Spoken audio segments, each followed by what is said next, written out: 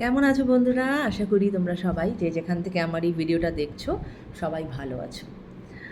আজকের যে রিডিং, সেই রিডিংটি হবে যে এটা আমার চ্যানেল হলো বলতে পারো, যে সে কিন্তু ভীষণ তড়পাচ্ছে। সে জানে এই সম্পর্কের অনেক আপস অ্যান্ড ডাউনস আছে, এই সম্পর্কে ডিফিকাল্টিজ আছে, কিন্তু তাও তার মন চাইছে যে সে তোমার কাছে ছুটে ছুটে চলে আসুক। কিন্তু তোমরা এদিকে কিন্তু দুটি মানুষই বিবাহিত, কিন্তু তাও যেন তোমাদেরকে একে অপরকে তোমরা দুজন মানে একদম সেই চুম্বকের মতো টানছো, কিন্তু তাও মিলিত হতে পারছো না। তো আজকে এই রিডিংটাই করব যে তোমার পার্টনারের তোমাকে নিয়ে কি বক্তব্য, সে তোমাকে কি বলতে চায়, তার কি কারেন্ট ফিলিংস। সরি, তার আগে বলি, যারা আমার চ্যানেলে আজকে নতুন, চ্যানেলটাকে প্লিজ সাবস্ক্রাইব করো বন্ধু। তোমাদের কমেন্টের অপেক্ষায় থাকি। কমেন্ট পেলে আমার ভীষণ ভীষণ ভালো লাগে, আমাকে মোটিভেট করে, এবং যদি একটু বেশি ভালো লাগে ভিডিওসগুলোকে একটু শেয়ার করে দিও, কেমন? চলো শুরু করা যাক তাহলে আজকের রিডিং। আমার যারা ভিউয়ার্স, তার মনের মানুষ যে এত তড়পাচ্ছে, সে কেন এত তড়পাচ্ছে? সে তো জানে এই সম্পর্কের অনেক সমস্যা আছে, অনেক ডিফিকাল্টিজ আছে, কারণ তারা দুজনেই বিবাহিত, কিন্তু তাও সে কেন এত তড়পাচ্ছে? আমার ভিউয়ার্সের মনের মানুষ কেন এত তড়পাচ্ছে? কি সেই কারণ যার জন্য সে এত তড়পাচ্ছে? Thank you universe. ওকে,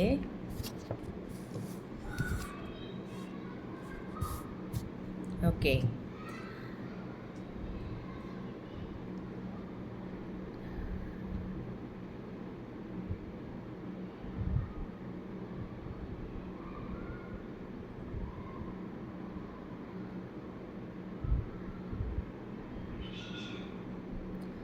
সে নিজে ভীষণ সেলফ ফোকাস একজন পার্সন। কার্ড এসেছে knight of swords, 8 of cups.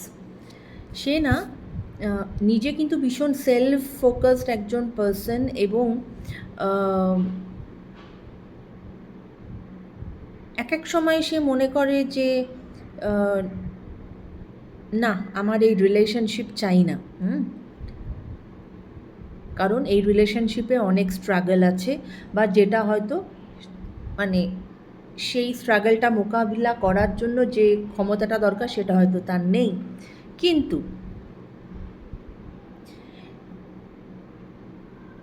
এক এক সময় সে ভীষণ অ্যাকশন ওরিয়েন্টেড হয়ে যায়, এবং এই অ্যাকশন ওরিয়েন্টেড হওয়ার জন্যই সে এই যে আজকে তোমার জন্য তড়পাচ্ছে, তার পেছনে কারণ হচ্ছে সে ভীষণ অ্যাকশন ওরিয়েন্টেড হয়ে গেছে, যে না, আমাকে কিছু না কিছু করতেই হবে, এই রিলেশনশিপটার জন্য আমাকে কিছু না কিছু করতেই হবে। এই রকম অন অ্যান্ড অফ সিচুয়েশান আমার আর নিতে ইচ্ছা করছে না, আমি আর এরকম সিচুয়েশান দিয়ে যাব না।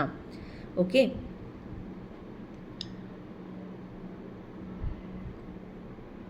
কিন্তু 8 অফ কাপস আবার তার সাথে সাথে এটাই বলে যে,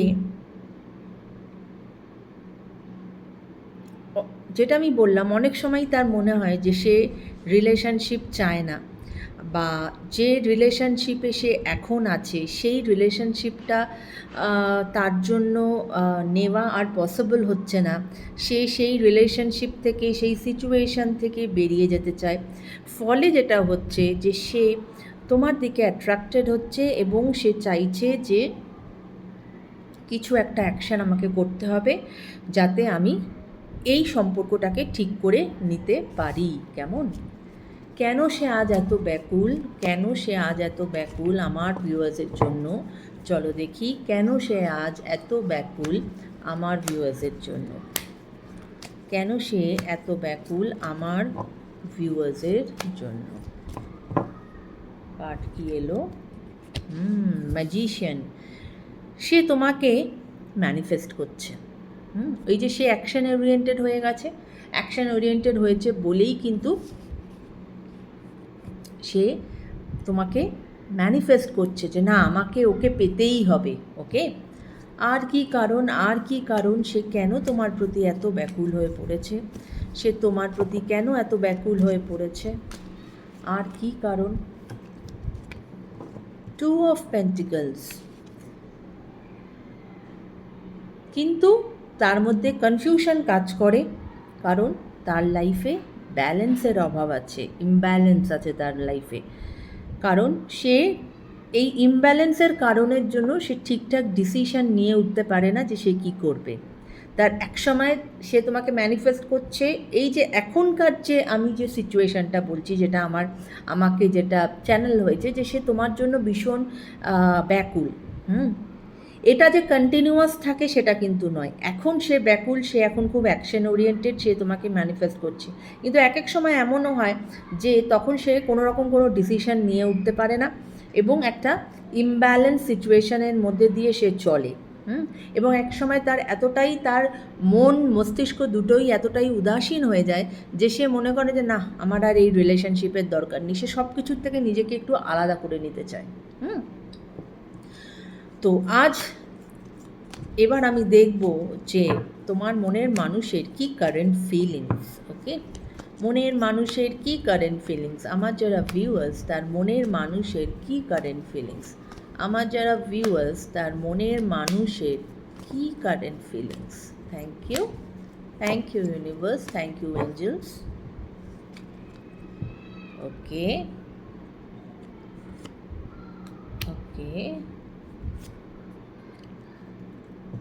ওকে, wow, current feelings is awesome. কারণ এখানে page of pentacles, 10 of pentacles and 6 of wands কিন্তু আমরা জানি যে হ্যাপি রিলেশনশিপকে বোঝায় এবং it's a victory card. Okay, এবং 10 অফ পেন্টিকলসও কিন্তু একটা মানে কি বলবো, একটা হ্যাপি ম্যারেড লাইফকে বোঝায় বা স্টেবিলিটিকে বোঝায়। তিনি তোমার দিকে, এই দেখো এখানেও এসেছে পেজ অফ পেন্টিকল, তিনি তোমাকে ম্যানিফেস্ট করছেন, কিন্তু যেহেতু পেজের এখানে এনার্জি আছে হয়তো একটু সময় লাগবে, যতই উনি মনে করুক যে আমি অ্যাকশান নেব, কিন্তু একটু হয়তো সময় লাগছে, কিন্তু উনি তোমার কাছে কিন্তু নতুন অফার নিয়ে আসবে। কেমন? যদিও আমরা এখান থেকেই দেখে নিলাম ওনার কারেন্ট ফিলিংস থেকে যে উনি কি অ্যাকশান নেবেন, তাও আমি দেখব যে এই সম্পর্কের ভবিষ্যৎ কি, এই সম্পর্কের কি ভবিষ্যৎ, এই সম্পর্কের কি ভবিষ্যৎ। Thank you. না, এতগুলো কার্ড তো নেওয়া যাবে না। এই সম্পর্কের কি ভবিষ্যৎ। ওকে, হাই প্রিস্টেসের কার্ড এসেছে।